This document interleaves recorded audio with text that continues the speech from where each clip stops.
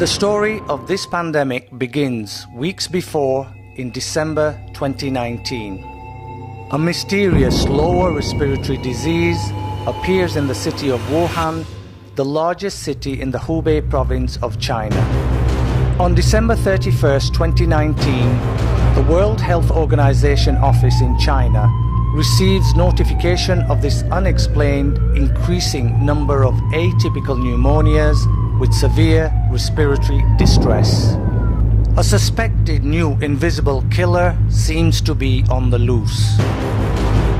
Could this be another repeat of the past SARS that struck down thousands in 2003 or MERS in 2012? A shocking new reality steps in. A virulent new pathogen appears to be spreading at an unprecedented speed. Infections triple and deaths rise fivefold.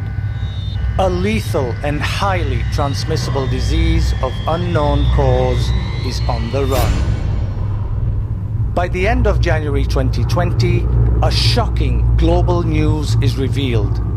A new coronavirus, referred to as the novel coronavirus, that has spread to over 4 continents. An epidemic is now underway. Hundreds of infectious cases emerging every day. On January 30th, 2020, the World Health Organization declares this outbreak to be a public health emergency of international concern. On February the 11th, 2020, the virus is finally identified and officially named as COVID-19, an acronym of Coronavirus Disease 2019. It had 80% similarity to the SARS virus of 2003, but 20 times deadlier. The dynamics of this novel virus is still unclear. Speculations are that it has an animal origin, probably from bats. On February 28, 2020, the World Health Organization further raises the threat of the epidemic to a very high level. We live in an interconnected world. A virus in one corner of the world is a threat to the entire world. The COVID-19 outbreak is exceedingly contagious, causing an alarming global impact. On the 11th of March 2020, with the number of cases spreading to 114 countries outside China, the World Health Organization declares the COVID-19 a pandemic. Hospitals are overflowing with new cases. The healthcare systems are overburdened globally. Death toll rising in thousands per day. The world comes to a halt. Borders closed, schools shut down, cities go on lockdown, flights grounded, businesses shift to work from home, festivals, matches, conferences and holidays cancelled. Cities are under siege and deserted. The global economies face brutal consequences. The world governments work hard to establish countermeasures as it dawns on them the devastating effects which are to follow. Aggressive isolation measures are put in place. A serious global crisis with cases reported from all continents. The threat is real. People always say, well, the flu does this, the flu does that.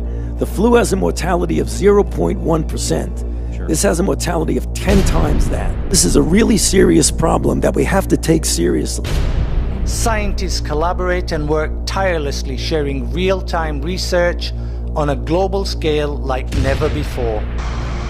PPE, personal protective equipment, globally becomes harder to secure. Over 75 million confirmed cases globally. Many suffer untold hardships and develop physical and mental health disorders. Doctors are forced to choose who lives or dies. The death toll crosses 1 million globally. UK's death count continues to rise over 65,000 in a 10-month period. Lots of uncertainties. Therapeutic strategies to deal with the infections are only supportive. Vaccines are gradually being rolled out after rapid regulatory approvals and authorized manufacturing standards. This will be a long, exhausting mission to globally deliver 16 billion doses to a population of 8 billion. What is going on? What's happening? Why and how did we get to this stage? When and how is this crisis going to end? The present reality should urge us to reflect on our own contributions to the insights and truths which this pandemic has exposed us to. Is this our fault? Are we really self-sufficient? Do we have limitations? Or is this a wake-up call?